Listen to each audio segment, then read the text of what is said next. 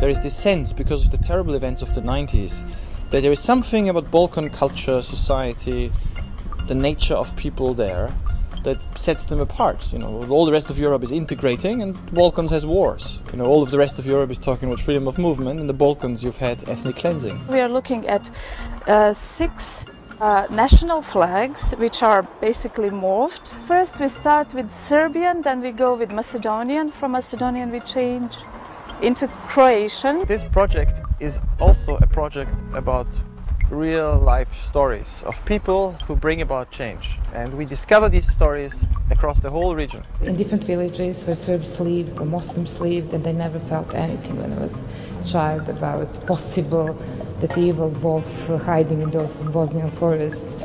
We spent too many years on the streets, not really doing what we were supposed to do, meaning to studying at our faculties or doing our jobs, but we were protesting against the regime. Many of the peoples of the former Yugoslavia really were kind of, they're kind of, I'm not saying a kind of family, but you could make a metaphor of a family of love and hate. In this blue color of the flag, Kosovo flag, and in these white stripes, one of our guys, the public face, he was seeing the Serbian colors in that flag.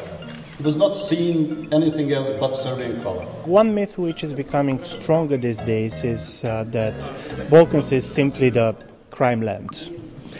In the way in the 1990s everybody coming to the Balkans felt obliged to report about nationalism and ancient hatreds. It's hard to explain, it's hard to transmit to people how intense and how profound this transition has been. People are not free in a sense of free will and a free way of thinking, that they can do something. There is a great deal of lost respect. Because they don't believe in politics, and it's exactly the same thing like with communism. They think it is a dirty play, you know.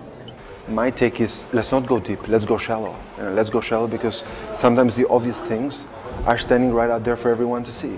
And the obvious things right now, at least in places like Albania, where I come from, is that after 10 years of turmoil, things are pretty peaceful. Politicians, however miserable they are, they live politics without a bloodshed. This new generation should not be so much focused on the enemy, but on the goals. I believe that Europe is enriched by the fact that, you know, the Balkans are in this continent. Europe and the Balkans can only succeed together. We are not capable individually in these countries of kickstarting our economies, of getting our social issues straight, of reforming our judicial spheres, of reforming the secret services that have their communist past. You know, this image of the Balkans is just, it will never work. This is what used to be said about Spain. That's what the French said about Spain 30 years ago. The English said it about the Irish. The Germans said it about the Poles 15 years ago. And it's always wrong. Because in the end it depends on people, or the new generation that only needs to do what others have done elsewhere, to look around and say, how can we do here what has worked there? What I would suggest, by the way, is you've seen the discussion yesterday, which I think was good, but if we could have the introductory statements a little bit shorter and then have more time for discussion, because I think this was the most lively thing, and that's when you, I mean, we have to discuss this already. So what, yeah, everyone I guess can have an statement. I do have a couple of questions. I'm going to ask them if I feel